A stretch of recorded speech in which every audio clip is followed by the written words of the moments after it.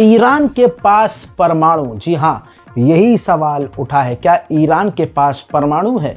क्योंकि ईरान के top official ने आपके सामने बयान ये लगा रहा हूँ जिसमें वो साफ साफ कह रहे हैं कि हम यानी ईरान के पास परमाणु से बड़ा और परमाणु से बेहतर हथियार है। दोस्तों, इसके बाद पूरे इलाके में सनसनी मच चुकी है कि ईरान के पास ऐसा कौन सा हथियार है।